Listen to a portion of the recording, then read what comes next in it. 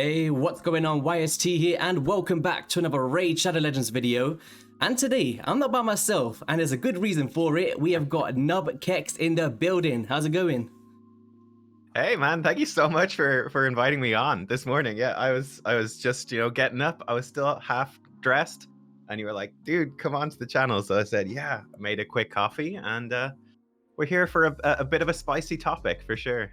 Guys, if you haven't seen his video yet, make sure you go and check it out and subscribe to his channel. And you know what, Nub? You've actually been the highly requested collaboration for my channel for the past month. Really? Yeah, because you've been killing it. Like in the comments, people are like, can you get Nub on the channel? And I'm like, he's an amazing creator. We're gonna get it done. We've been speaking about other stuff behind the scenes as well. But on this topic, we need to speak about this, guys. It is crazy. So do you want to kick off with what's been happening with this Summon Rush event? Let me just pull it up on the screen. So this is the Fusion Planner. He also has an amazing guide for like a free-to-play variant. But let's speak about this dude here, cage bound, and the points that is needed for this dude. Yeah, so like when I was actually doing my guide on how you should prepare, like especially for free-to-play, low-spend players for a Summon Rush event in a Fusion, usually it's like, oftentimes it could be about 1,000 points in a Summon Rush, so you need 2 Sacreds saved up.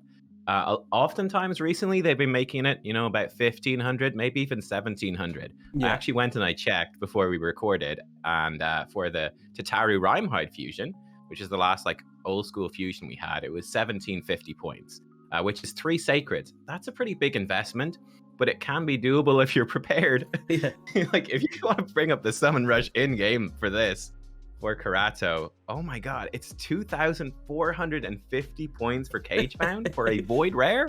And as you can see on that planner, that event calendar as well, like you need all of the copies of this guy if you want to complete this fusion. You need them. That's 5 sacred shards. Like I don't know if you remember, like how far were you into the game before you even had 5 sacred shards at a time? Like for me, it was probably like 7 or 8 months. Like it was way in before that was even a possibility. So yeah, like guys, if you was to put this as a price range, you're looking at a $100 or £100 rare champion. It's guys, let's look into the shop like real quick. So head into the marketplace. Let's look at a good offer. So an elite sacred pack, we're talking $50. You need 5 sacreds to summon this rare dude. That's about $125 for a rare. At the very start of a fusion, what are they playing at? It's enraging me. Oh my lord. Yeah. I mean, I did get one comment in my video and I thought, actually, that's a fair point. It's good in a way that they've made this horrible thing at the start of the fusion, because then at least, there's going to be so many players. I'm curious about your viewers and like how many are going to go, I can't do that. Like, and then it's a 2-time sacred event for Champion Chase. Like, if I even have enough sacreds to get cage bound in this event, how am I going to do this 2 times champion chase then a week later on? At least it's early on, so people can go, okay, I'm not doing this fusion then. See ya, I'm out. One way that I would have changed this is I would have put the Summon Rush for the sacred shards, and then for the champion chase, and then had the cage bound in that kind of milestone there. So then people can kind of get their points off their ancient shards, right? Because on the 2x sacreds, you traditionally see these kind of high points. Maybe around 3.5k instead of 4.6. But for a champion, for a Summon Rush in a 10x, and we know we got a 2x Sacreds next week, this is master bait. I am not a fan of this at all. Like, look. He's not even a good rare on his own. Like, he's pretty poor. So, yeah, this is 100% going. You want this fusion, you're going to hand over like around about 5 sacreds, or you're going to have a really bad weekend pulling multiple thousand green shards to try get it. Yeah, and what's a bit weird here is on the Summon Rush event, that's the only time where you can get this chick here to like actually get her from an event, which is a bit weird. I believe usually it's like multiple times.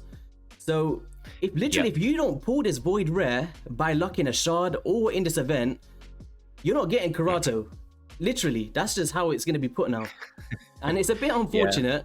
And I don't think I'm actually going to go for the fusion, if I'm honest. Are you going for it? Really? Yeah. I'm still going to go for it. Like, I think he's pretty decent. I saw one of my clanmates actually was doing up a chart and seeing how his damage compares. Now we have his multipliers and stuff like that. Yeah. So if you're going up against a Duchess Lilitu in the arena, He doesn't hit as hard as Trunda. Like Trunda, for example, even with Duchess Lilitu reducing AoE damage by 30%, Trunda just hits so hard that she does more damage than Karato anyway. But he actually hits a lot harder than Foley, than Yannicka, Ethos. Like he outdamages Ethos by a good chunk. So because of his passive, he is a decent nuker to have, but I don't know if he's a must-have. That's really his main use. Is I want to take on Duchess in the arena. He can hit through Rotos passive as well, which is pretty awesome. But he's bad affinity, so that's unreliable. But yeah, I don't know.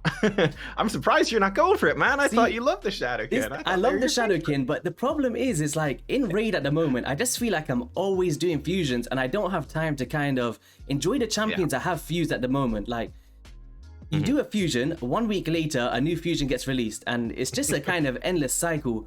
And this Summon Rush, I don't even know if I can do it. Like, how many shards have I got? Okay, maybe I could do it if I sat there and summoned like 1,000 mystery shards or something, but... Yeah. Oh, do you not have any sacreds? I can't see behind your, wait, your chair's in the way. Yeah, but I was saving that for the summon, the 2x next week, because that's kind of makes sense, right? But I don't know. I kind of wonder, have they inflated the points so much because they somehow think that this 10 times event is amazing? Because, I mean, there's really good champions in the 10 times, but still a 10 times event. I think maybe they just really overvalue it, and they're going, wow, we're giving you chances to get Rotos, you know, to get Cecilia is insane, Zavia is insane. Like, these are like end game arena and speed farming teams and Hydra champs and all that. I don't know. Like, yes, I guess really they just completely overvalued it. So I don't know what their thought process was behind it, because not everybody is gonna have the points to do this. Like, if they wanted to summon this dude in a fusion, right? And considering the amount of fusions they do, it just seems ridiculous to me. Like, if you can get multiple of this rare, then fair enough. If there was like 6 or 7 in the pool somewhere. Yeah, and because I think the main kind of issue here is, even if you summon the mystery shards, this dude's a void rare champion, so you literally can only get him from void shards. This is the issue. Like, if he was a magic champion, I'd be like, okay, you probably summon like a few ancient shards and get lucky, but you see the other sneaky thing they've done as well with Filja being used 4 times in this, because it's a 2-time sacred weekend next weekend, and obviously in Summon Rush you're generally pulling sacreds. If there were 4 different epics that were being used in this fusion, you might get lucky during one of those events. You're going to be opening a lot of sacreds. That's a lot of epic champs. You might get lucky and pull one of them and then go, okay, well, I couldn't make one of these events. That's okay. I pulled randomly one of the epics. Yeah. I'm good. I've got a backup. But the fact that is, you need to pull, like, Filja's the only one. So yeah, if you pull a Filja, okay, great. Then you maybe you miss Summon Rush, but you can still do it. But like, what are the chances of pulling Filja just the one epic? It's a quarter of the size of what it would be if you could pull any 4. So that makes it even more brutal. Is this chick even good? I haven't even seen any gameplay on it, to be fair. Yeah, so I think that if you're not going to go for the fusion, I think it is worth just picking... I actually recommend going for 5 of the rares. I recommend getting a duplicate of Spy Master if you're early or mid-game especially. So he's in the Banner Lords. Okay. And he is... wait, maybe he's not in Banner Lords, actually. No, I lied to you. I don't... Oh, wait, no. Is he? Yeah, he is, but he's in the rares. I was looking at the epics. There he is. I actually think he's pretty good early game. Like, his A2 gives you an AoE block buffs. Oh yeah, I was reading this guy's kit. Yeah, it's pretty solid, and he's got the counter attack that provokes. This is a nice kit.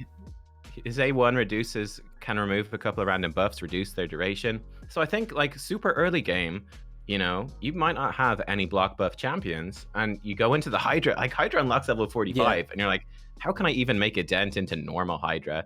I think this guy gives you a decent option, right? He's got really good... I'm kind of in the way, but I'm going the wrong way. He's got really high base HP, so you could even leave him at level 50. You know, crank up his tank stats. He'd be tanky enough to survive and put out some block buffs, reduce some buffs. Not bad for Hydra. So I think he could be worth grabbing for people if you don't have, like, Ugo and stuff like that. Yeah. And yeah, I would go for Filja then, the dwarf. I think she's good. I think she's solid. I think she might be part of some Dark Fae teams, right? Her A3 actually is way better than I thought it was. Like, it says fills this champion turn meter by 15%, heals them if the attack is critical. It actually fills her turn meter for every individual enemy she hits. So if Okay. she hits 4 enemies, she gets 60% turn meter. So that actually makes her really good. So you could imagine like Dark Fae, trying to speed farm Dark Fae. That's the next Doom Tower rotation.